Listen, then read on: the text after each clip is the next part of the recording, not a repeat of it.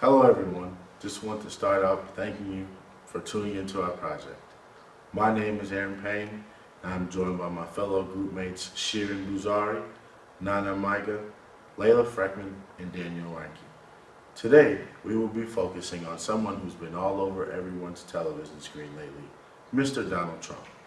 Specifically, we will be talking about Trump and his blatant focus on illegal immigrants. Following his visit to the Iowa State Fair in mid-August, Trump gave a speech in front of his Republican supporters on Mexican immigration.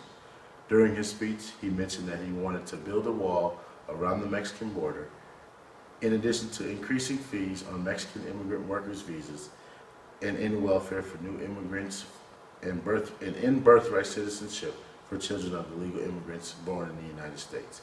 Coming up, we will analyze his statements on the issue.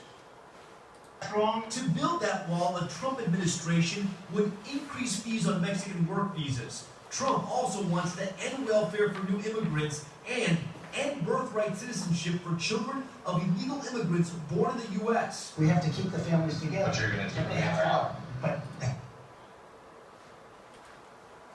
Donald Trump denies that immigrants possess humanity, dignity, and have a right to compassion in the U.S. For example, during his press conference, Trump kicked out Jorge Ramos, a Mexican-American journalist, for asking about his plan to deport all undocumented immigrants. He then yelled at him to go back to Univision. Trump shows moral exclusion in this by acting as if he is superior to Mexicans. He also illustrates moral exclusion by referring to babies who are born in the U.S. with parents who aren't citizens as anchor babies. At the same conference, Donald used the statement "anchor baby." Anchor baby is a statement that goes to children of the illegal immigrants. Trump suggested that those children are not U.S. citizens. These comments are considered offensive and hurtful. It breaks the ethical rules of respect for others and their views.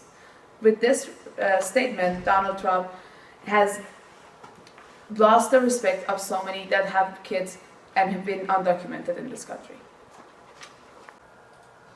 Has become a dumping ground for everybody else's problems.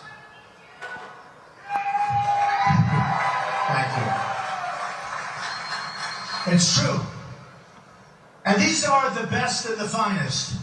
When Mexico sends its people, they're not sending their best. They're not sending you. They're not sending you. They're sending people that have lots of problems, and they're bringing those problems with us. They're bringing drugs, they're bringing crime, they're rapists, and some, I assume, are good people. But I speak to border guards, and they tell us what we're getting. And it only makes common sense. It only makes common sense. They're sending us not the right people. It's coming from more than Mexico. It's coming from all over South and Latin America, and it's coming probably from the Middle East. But we don't know, because we have protection, and we have no competence. We don't know what's happening. And it's got to stop. Once again, Donald Trump is making use of moral exclusion, particularly where he is placing blame for any harm on the victims, in this case Mexican Americans. He says that the problem of crimes, drugs, and rape is coming from the wrong immigrants that are coming from Mexico. And this is very unethical, considering that you can't blame an entire problem on one specific population, as it creates stereotypes and engenders hate.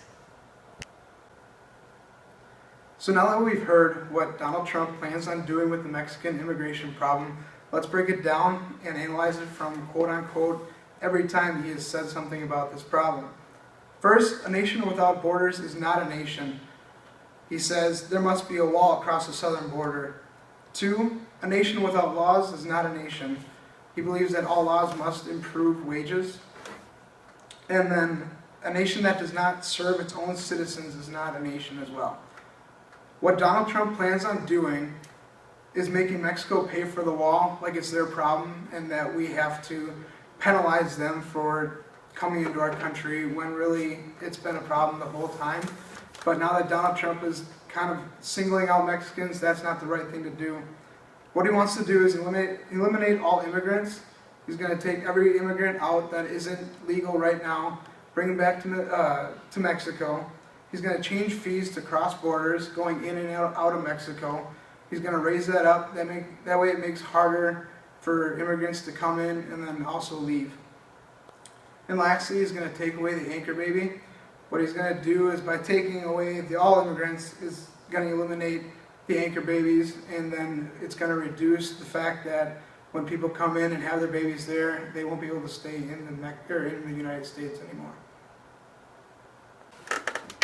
All right, so being that you guys aren't from, America, and you technically could be classified as an immigrant, forget Donald Trump.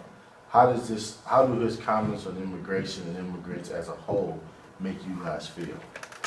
For my part, I come from Mali, which is a country in West Africa, and the reason why such comments would offend me is because generally many of these comments are based on stereotypes that we see on the media or in other forms of communication, and the African continent in general has many negative stereotypes, including poverty, diseases, hunger, and just very many negative connotations. So I usually find it offensive when people ask me questions like, do you have windows, or do you live in houses, or just questions that seem to make where I come from a negative place, while I consider it being a positive place since it's my home.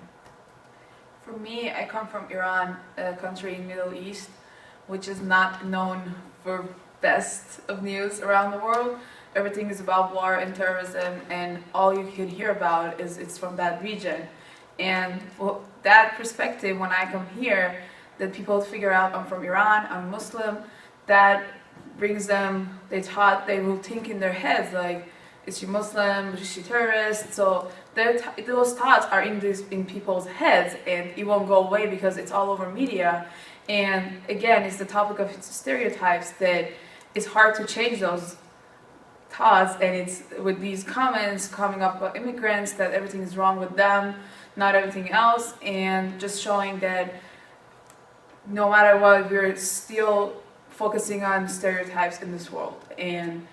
But that should change, because it's offensive to us and everyone else, because we might come from a different culture, different place, but I think we're like humans as everyone else, and if we're here legally, and we deserve to be here. So that is my opinion on this. During our presentation, we covered a lot of topics and spit out a lot of facts that may have slipped past you. So here's a quick summary.